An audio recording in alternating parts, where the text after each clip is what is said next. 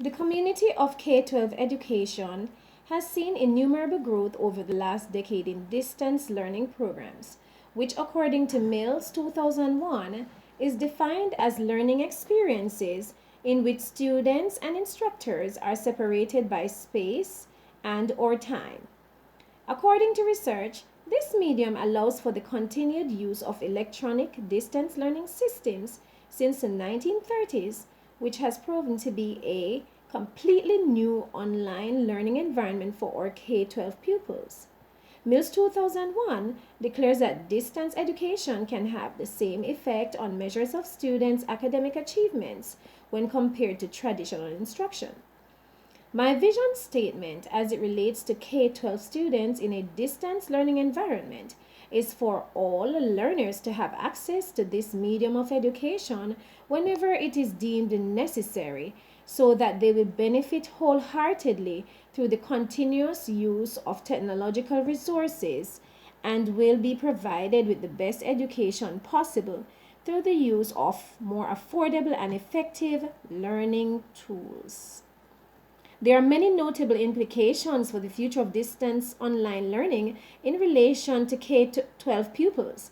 These include but are not limited to the following: thousands of K 12 students who participate in online education programs are attracted to virtual schooling because it offers advantages over classroom based programs. Among the benefits of distance education for school age children are increases in enrollment or time in school, as these education programs are able to reach many geographic locations that the traditional school setting would not be otherwise able to reach. Broader educational opportunities are available for students who are unable to attend traditional schools and gain access to resources and instructors that are not locally available. There is also an increase in student teacher communication. In a study conducted by Wendell 2001, students in virtual schools showed greater improvement than that of their conventional school counterparts in terms of their critical thinking skills, research methods, use of computers, independent learning, problem solving, creative thinking, decision making, and time management. The consistency in numerous studies by Wendell and Blake also proved that settings where distance education was practiced, which included educators and stakeholders, also had well designed distance education environments which were equivalent to learning in a well designed classroom environment. A primary characteristic that sets successful distance learners apart from their classroom based counterparts is their autonomy as well as the great responsibility that they have in terms of their time management on a daily basis. This medium of teaching and learning has proven over time to have multiple benefits through the use of several measures. These include access to education and numerous choices in relation to different disciplines or career choices, which have increased over time.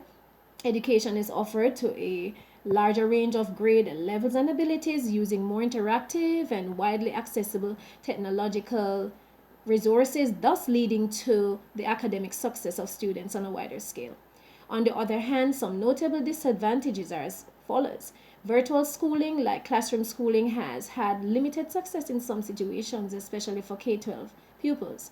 In an online environment, students may feel isolated, parents may have concerns about their children's social development, students with language difficulties may experience a disadvantage in a text heavy online setting, and subjects requiring physical demonstrations of skills such as music, physical education, or foreign language may not be practical in a technologically mediated setting. Bond 2002 found that the distance between a tutor and learner in an online instrumental music program has had negative effects on performance quality, student engagement, and development and refinement of skills and knowledge. Sandrock 2003 reported that while distance learning was viewed as beneficial for providing opportunities for elementary school students to learn foreign languages, optimal learning situations still involve the physical presence of a teacher. In this study, it was conveyed that virtual school students showed less improvement than those in conventional schools in terms of their listening and speaking skills. Highly technical subjects such as math and science have also proven to be difficult to teach online as well. Therefore, further implications for research and practices also include the following recommendations and or opportunities for research. How will K-12 distance education maximize its effectiveness or create the potential for added growth? How will designers and managers of K-12 distance education programs make better decisions in order to design and deliver a more effective program? In my estimation, the answer lies in the implementation of certain notable strategies or goals, as well as the revamping of certain policies set by stakeholders or educational personnel.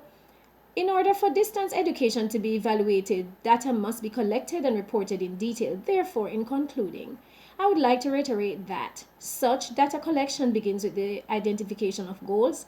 Policymakers and evaluators must enter into a partnership in which common goals are identified, an evaluation plan is acted on, and detailed reporting follows. Evaluation must be seen as a tool to support policy setting and decision making.